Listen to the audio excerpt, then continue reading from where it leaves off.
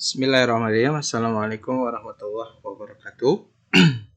Kali ini kita akan mempelajari bagaimana menggunakan aplikasi master template ya. Master template ini sebetulnya adalah Excel ya yang dimodifikasi ya sehingga bisa digunakan untuk menganalisis soal ya.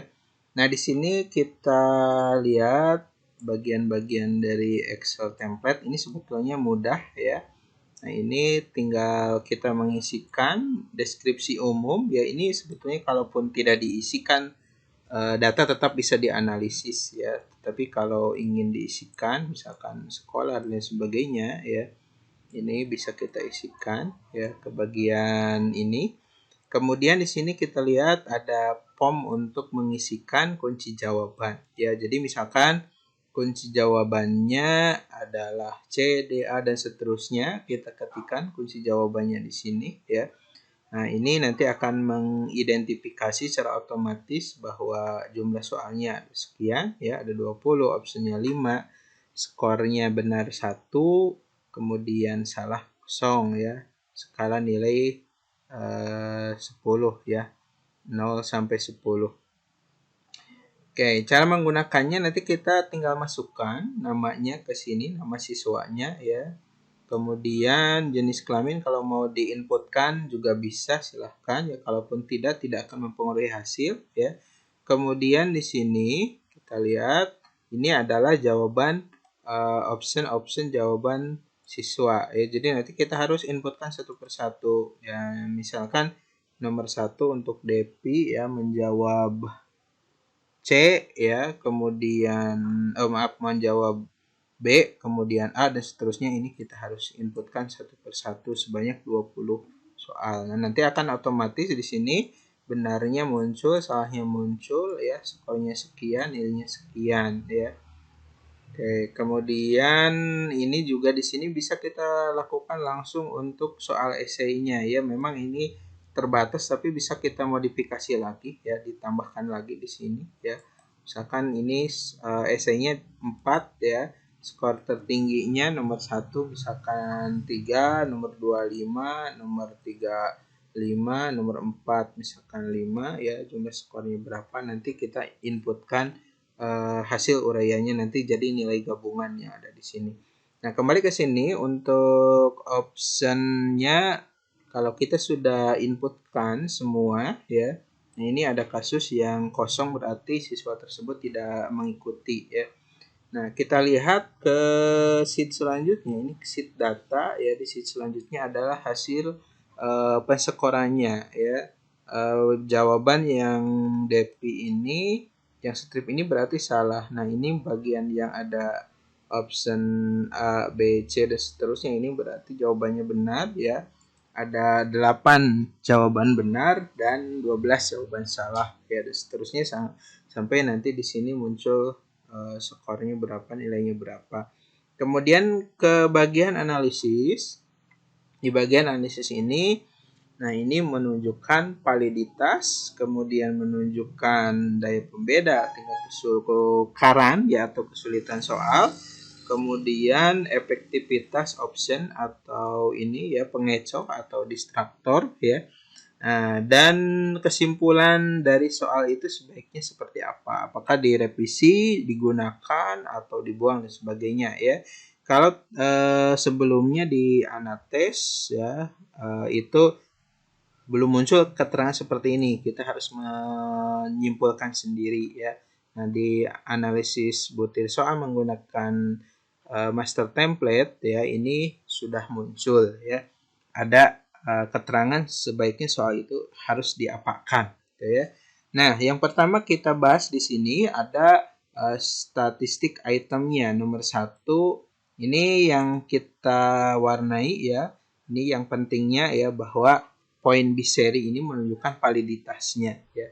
0,367 ya. Ini valid atau tidak nanti kita bandingkan dengan harga R ya. R tabel dengan R hitung. Nah, poin biseri ini adalah harga R hitungnya ya. Harga R tabelnya nanti kita lihat di harga R tabel ya. Kalau respondennya 33 37 tadi ya. Nah, nanti berarti 37 dikurangi 2. Dari mana 2 itu? Dari rumus ya, N-2. Jadi ada 37 siswa yang ikut, dikurangi ketentuan rumus 2, nanti 35. Jadi nanti melihat harga R-nya dari jumlah sampel siswa 35. Kemudian ke sini dulu daya pembeda. Nah, daya pembedanya ini termasuk daya pembedanya bisa membedakan. Artinya soal ini bagus ya, bisa membedakan ya. Tingkat kesukarannya termasuk sulit ya. Ada option lain yang bekerja lebih baik. Nah, berarti di sini ada option yang bekerja lebih baik, artinya option tersebut bagus ya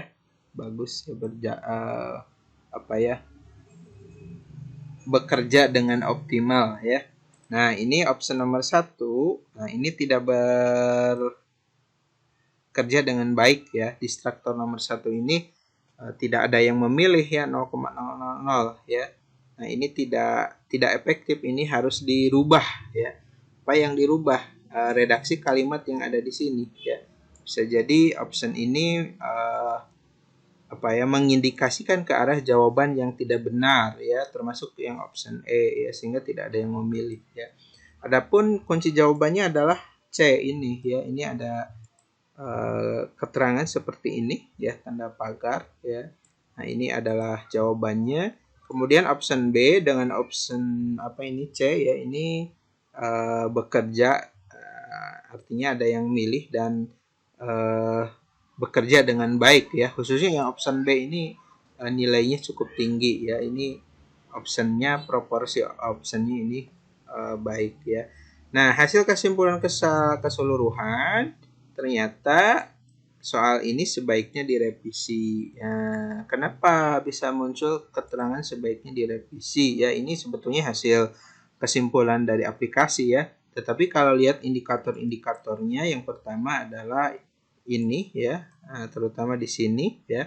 Ini soalnya termasuk sulit. Kemudian optionnya ada 2 option yang tidak bekerja dengan baik. Jadi sebaiknya soal ini direvisi ya. Revisi yang pertama yang harus kita lakukan adalah ini, merevisi dari option terutama A dengan E yang tidak bekerja ya, atau tidak berfungsi. Kemudian kita coba lagi lihat. Nah, ini ada option yang sama sekali ini hasilnya 000 gitu ya, tidak ada keterangannya ya. Nah, ini berarti soal ini harus kita buang. Nah, ini sangat jelek ya. Kemudian ini juga nomor 5 juga ditolak, jangan digunakan ya. Kenapa? Nah, di sini sudah kelihatan parameternya ya. Tidak dapat membedakan dan sulit ya. Optionnya, nah ini bekerja 2 ya. 2 option bekerja, yang lainnya ini jawaban, dan ini C dan E tidak efektif ya. Kemudian nah ini ada bagian soal yang ini soalnya yang diterima ya. Kenapa bisa diterima? Pertama, daya pembedanya ini bagus ya. Soalnya termasuk sedang. Optionnya kita lihat, semuanya kecuali yang A ya. Ini karena mayoritasnya bekerja dan baik, sehingga dikategorikan optionnya baik ya. Nah, ini mungkin 80 atau 90%-nya lah bekerja dengan baik ya, sehingga teorikan baik dapat diterima. Cuma yang menjadi pertanyaan ini, kesimpulan ini sepertinya pada aplikasi ini hanya diambil dari parameter ini. Nah, dari parameter ini sehingga soalnya diterima. Kalau kita lihat ke validitasnya, ternyata kita lihat ini ya, poin di serinya ya, ternyata 0,179. Ini tidak valid soalnya ini ya. Tidak valid. Jadi kesimpulan yang ada di sini sepertinya hanya merujuk ke standar-standar yang ini ya, daya pembeda, tingkat kesukaran, dan distraktor ya. Sementara ini tidak dijadikan acuan ya, sehingga muncul dapat diterima. Padahal di sininya kalau kita lihat ini rendah ya, poin di serinya rendah. Nah, kecuali yang ini nih. Nah, ini memang dari poin di serinya juga bagus ya. Nah, ini korelasinya juga tinggi, dapat membedakan sedang, baik ya. Nah, ini optionnya bekerja semua nih. Optionnya bekerja semua sehingga dapat diterima ya. Oke ya, jadi nanti bisa saja kalau rekan-rekan akan menggunakan aplikasi ini untuk analisis soal ketika menyusun skripsi misalkan ya. Cuma mungkin harus diperhatikan di sini di poin ini ya, di korelasinya ya harus dicek lagi supaya kesimpulan di sininya pas ya. Nah, kalau yang ini memang pas ya. Mana tadi ada ya.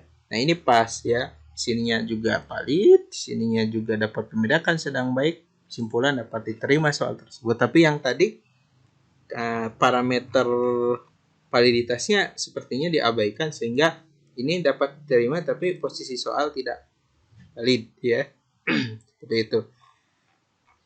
Oke, kelemahan selanjutnya di sini belum mendeskripsikan reliabilitasnya. Validitasnya ini sudah ada ya.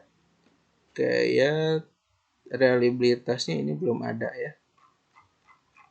Nah, jadi nanti harus menguji reliabilitasnya ya, karena yang diuji nanti validitas, reliabilitas, ya pembeda, tingkat kesukaran dan instruktur. Kalau di Anates sudah lengkap ya. Di Anates sudah ada semua. Di bagian berikutnya pada bagian proses ini hanya output dari data yang kita inputkan ke aplikasi ini.